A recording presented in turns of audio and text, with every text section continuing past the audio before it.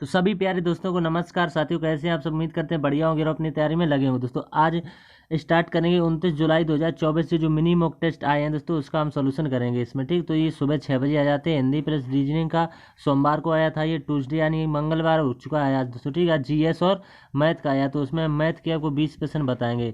तो देख लेते हैं यहाँ से टेस्ट।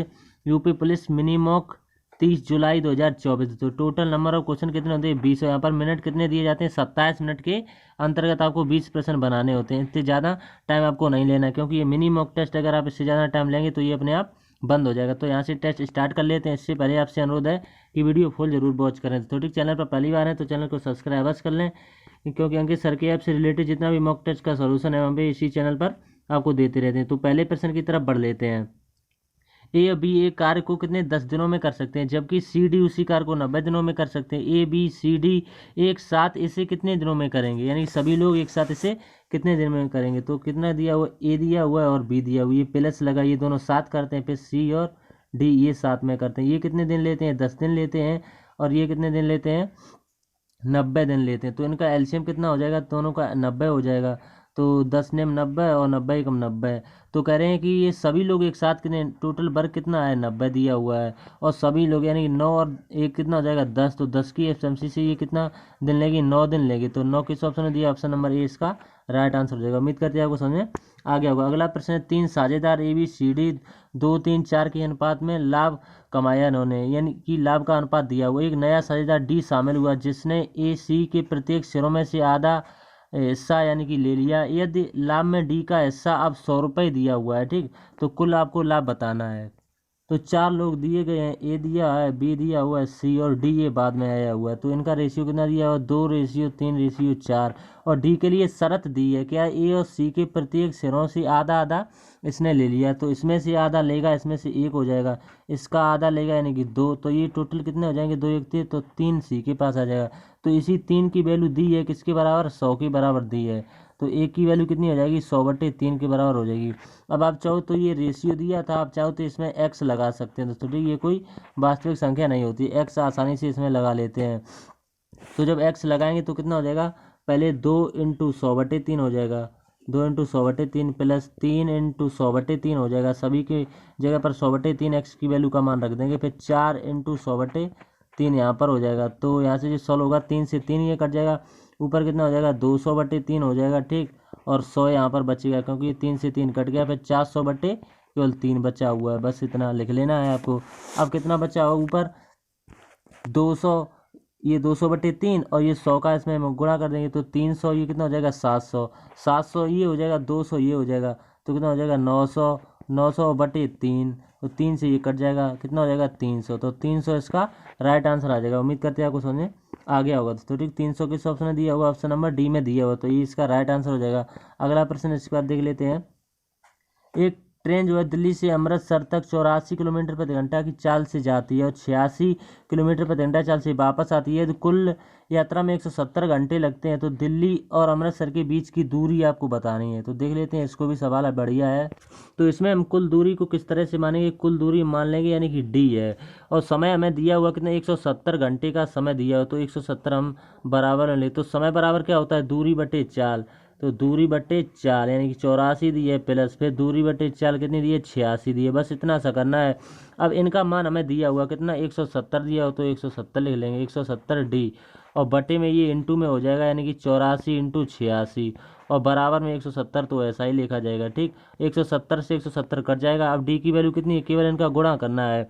बस इकाई अंक से नहीं कर पाएंगे, क्योंकि सब में 4 दिया, केवल गुणा करेंगे तो आ जाएगा कितना? 72 24। तो यही इसका राइट आंसर हो जाएगा। अगला प्रश्न इसके बाद देख लेते हैं। 40 छात्रों की एक कक्षा में लड़कों और लड़कियों का अनुपात दिया हुआ कितना? 7:3। लड़कों का औसत दिया हुआ है 65 और लड़कियों का औसत 72 दिया हुआ। पूरी कक्षा की औसत अंक आपको पता करने हैं। तो देख लेते हैं इसको भी।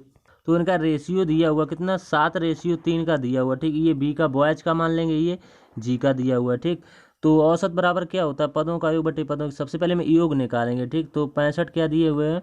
यानी लड़कों का 65 दिया हुआ है, तो इसमें 7 से गुणा करेंगे तो इनका योग निकल के आ जाएगा 455 आ जाएगा, ठीक 455। फिर हम इसमें 72 दिया हुआ है यानी कि लड़कियों का, तो इसमें हम किससे 3 से मल्टीप्लाई करेंगे तो इनका योग 216 निकल के आ जाएगा। तो पूरी कक्षा का योग कितना हो जाएगा, यहाँ से जोड़ लेंगे तो हो जाएगा 671 हो जाएगा। और लोग कितने हैं, 7 3 10, बस भाग दे देना है, यहाँ पर एक दशमलव लग जाएगा, बस भाग दे, तो कितना आ जाएगा 67.1 इसका राइट आंसर आ जाएगा। उम्मीद करते हैं आपको समझ में आ गया होगा। अगला प्रश्न है इसके बाद, इसको आपको सॉल्व करना है। ये दिया हुआ है 399 को 19 में भाग लगाना है, प्लस 339 यानी 539 दिया, इसमें 11 का भाग लगा देना है, बस आंसर आ जाएगा।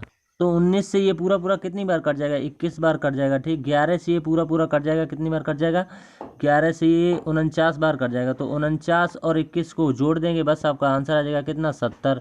70 ऑप्शन नंबर सी में दिया हुआ, बस राइट आंसर हो जाएगा। कितने बढ़िया से बढ़िया प्रश्न है।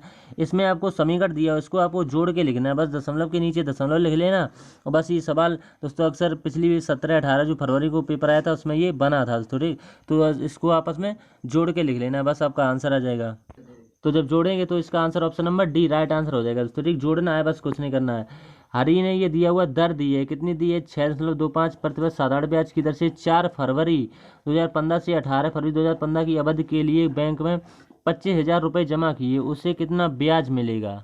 तो 4 फरवरी 2015 से 8 यानी 18 अप्रैल 2015 तक कितने दिन हो जाएंगे, यानी कि 24 और 31 दिन हो जाएंगे, ठीक। और यहाँ पर 18 हमें कहाँ तक जाना है, 18 अप्रैल तक जाना है, तो टोटल इतने दिन निकल के आ जाएंगे। तो इन्हें जोड़ लेंगे कितने, 73 दिन का समय आ जाएगा, ठीक। तो यहाँ से समय जो होगा इसको हम वर्ष में चेंज करेंगे, तो यहाँ से 365 से इसमें डिवाइड कर देंगे, ठीक। तो हमें जो बताने आर भी दिया हुआ, अब केवल हमारा आंसर आ जाएगा दोस्तों, ठीक। तो यहाँ से सॉल्व कर लेंगे आसान तरीके से सवाल को।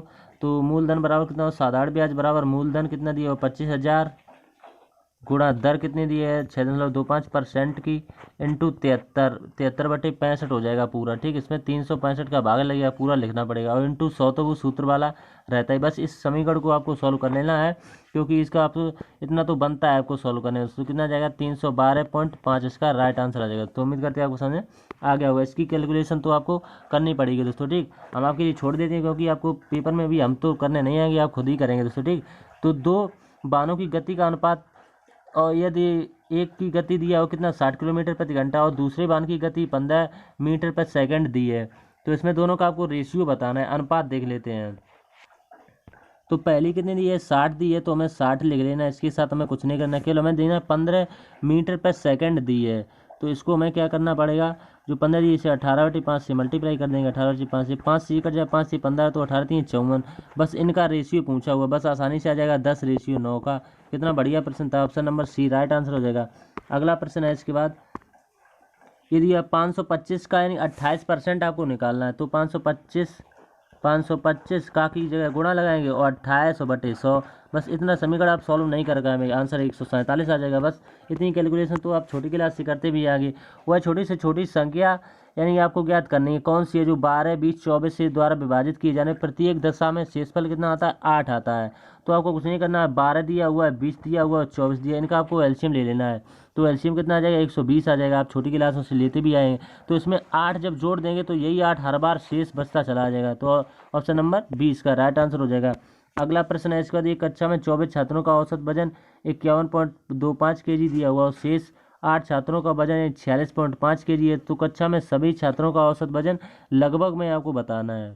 तो इसको देख लेते हैं कितना दिया हुआ 24 इंटू, हमें योग निकालना है तो हम सीधा योग ही निकालेंगे, 2 यानी 51.25, ठीक।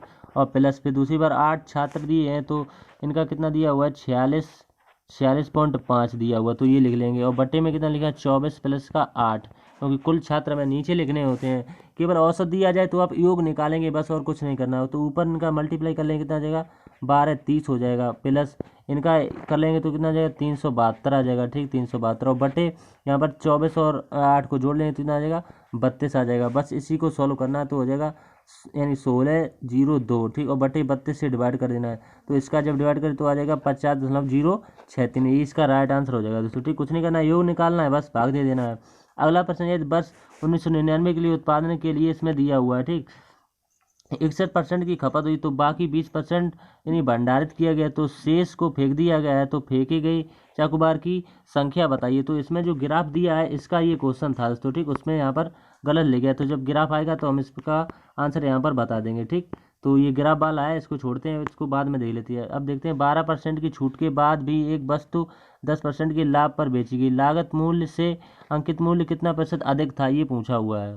एमपी और सीपी में एक रिलेशन दिया हुआ है, एमपी और बटे सीपी। ठीक, तो कह रहे हैं 110 का लाभ 10% का लाभ तो 110, 12% की छूट तो 88।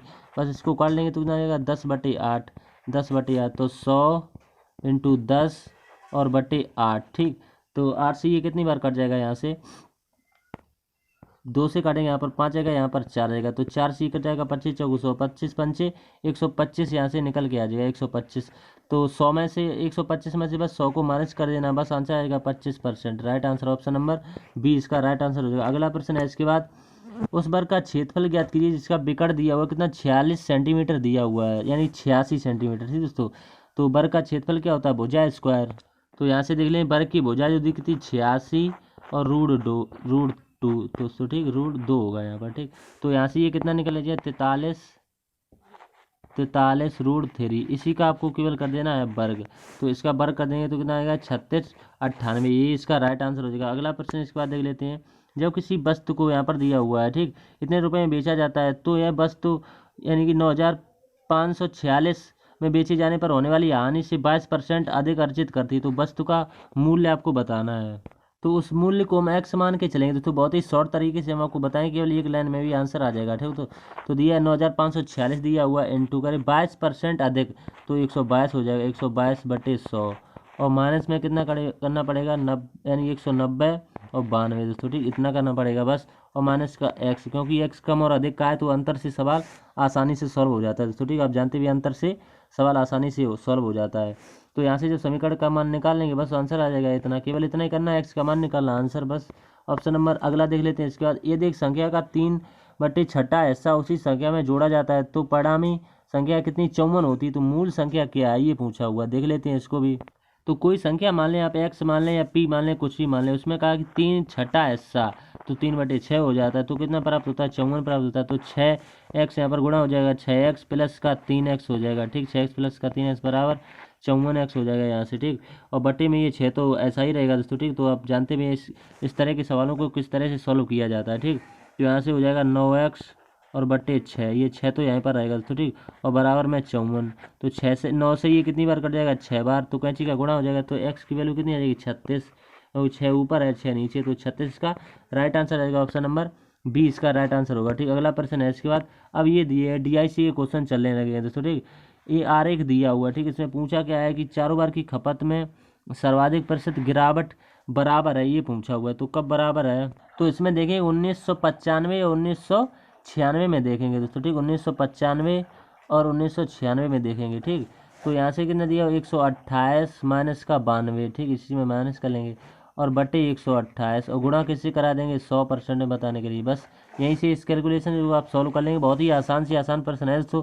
तो यहाँ से घटा लेंगे, बस कितना बचेगा 36 बचेगा, तो 36/128 हो जाएगा और इंटू 100 हो जाएगा, बस आपका आंसर आ जाएगा कितना 28.1। उम्मीद करते हैं आपको समझ में आ गया होगा। तो इसी तरह से आपको ये वाले प्रश्न भी सॉल्व कर लेने हैं, कुछ नहीं करना है, आंसर आपको केवल बता देना है बस। इस तरह की सारी प्रश्न बहुत ही आसान तरीके से सॉल्व हो जाते हैं दोस्तों। ठीक, तो DI काफ़ी सरल होता है दोस्तों, इसमें से आपको कम ज़्यादा करके आंसर बता देना होता है। अब न्यूनतम गिरावट आपको बता देनी है इसमें, तो इसको देख लेते कितना दिया 126 माइनस का 122 और बटे 126, तो यहाँ से कितना निकलेगा 4/126 हो जाएगा और इंटू कितना होता है 100 कर देंगे परसेंट में बताने के, तो 3.17 इसका राइट आंसर हो गया। तो उम्मीद करते हैं हमने आपको दोस्तों 20 के 20% बताने के प्रयास किया है। ये दोस्तों मिनी मॉक था दोस्तों, आप देख सकते हैं मिनी मॉक टेस्ट 30/7/2024। तो ठीक, अगला आएगा उसको भी हम सॉल्व करेंगे और वीकली मॉक टेस्ट तो हम सॉल्व करा ही रहे हैं दोस्तों। तब तक के लिए धन्यवाद, मिलते हैं किसी अन्य वीडियो में दोस्तों। ठीक, तब तक के लिए धन्यवाद।